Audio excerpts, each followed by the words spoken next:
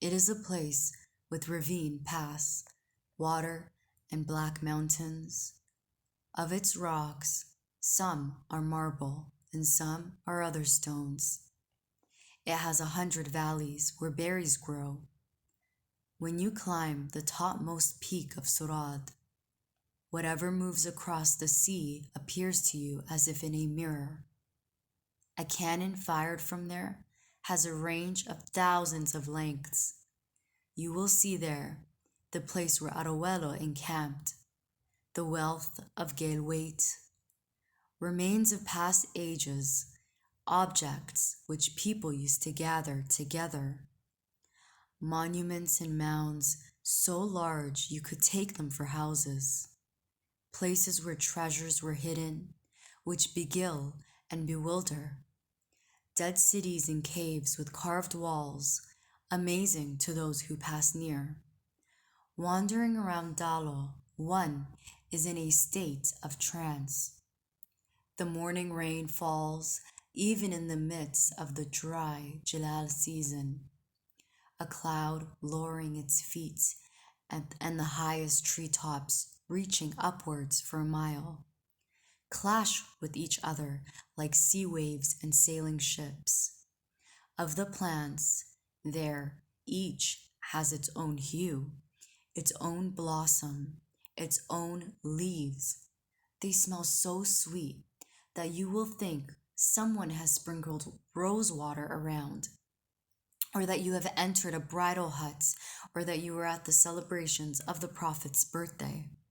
The scent of musk spreads from thick herbage and the springing grass.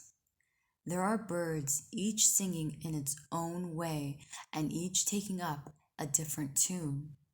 Each varies in its color, and their number is as many as 1,000,000. The pigeon entertains you, and the many doves. When the go-away bird, that solitary grazer, pick berries at night. When the nightingale makes his music, and the bustard offers you amusement. When the honey-guide bird tells you where there is to be found.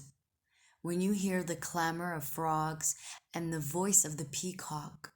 When the sky lark calls out to you from far away, you argue with yourself, for you cannot bear to go to any other place. So it started in the with the establishment of Yellowstone National Park in America in 1872. And that too, it wasn't that they found these beautiful landscape, what they call wilderness. Wilderness has never existed. Wilderness in the American mind, or the European settler mind who came to America and expand westward in search of the wilderness, were basically looking for places that were empty, right? These pristine landscapes that have never been trammeled by men, which never existed because indigenous people were there, right? And there's mounting evidence today, evidence upon evidence, that shows that this wilderness that they were looking for, European explorer, had never existed because Native Americans have shaped this landscape, right? That the reason why some of these landscapes are so beautiful and breathtaking today is through their own agricultural practices and all of these, their close relationship that they had developed over millennials with the land, right? So to come in there and think, okay, these places are areas of wilderness, that means that we need to remove any trace of human print in there, right? Is basically genocide. And until today, when we establish national parks everywhere in the world, especially in the global South, right, where indigenous communities are still occupying those land, and for them to remove them, uproot them from those places, until today, to create protected areas is through and through a form of genocide, because you're severing that tie between the land, and human. And I remember Kim Tallbear, she's an indigenous scholar from Canada, who once say, when we talk about cultural genocide, it's almost redundant, right? Culture, when you sever that tie with culture for certain indigenous group is basically genocide because of this intimate relationship between their culture and nature and all, and their lives in general. So I always consider that as a form of genocide, right? It's a slow death that sometimes it's an abrupt death because some of them are killed if you don't comply, right? But you're also imposing this slow form of death. You're basically exterminated this one species of people, these indigenous people, right, that are tied to this land. You're replacing that species of human, right? So that is a form of genocide, and that's what protected areas do. And so in 1872, when the first national park, Yellowstone National Park, was imposed on the American landscape, the US settler landscape in America, right? That was the very first wilderness area that has been known throughout the world, right? And so they've also dispossessed Native Americans and then put them into indigenous people and put them into reservations. And so that Yellowstone model of fortress conservation is what has been replicated throughout much of the colonized world after that, right?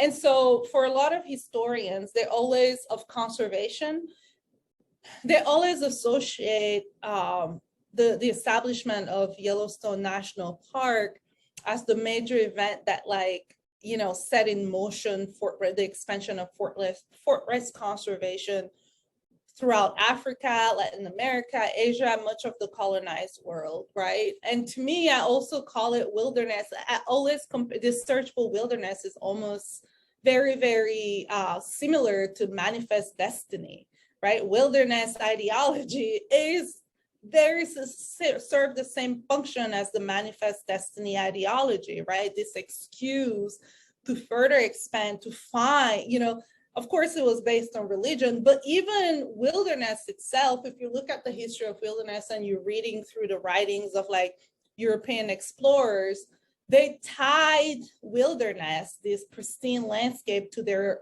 Christian faith as well, right? This biblical scene of Eden, right? Untrammeled by man, so close to God, right? And so they felt like they had a mission to expand that same vision of wilderness, right? This Garden of Eden, to create a Garden of Eden in much of the colonized world as well, right? In Africa, for example, that's why, and the first national park that was established in Africa was actually Virunga National Park in Central Africa, then Serengeti in Tanzania, and so replicated throughout much of Africa.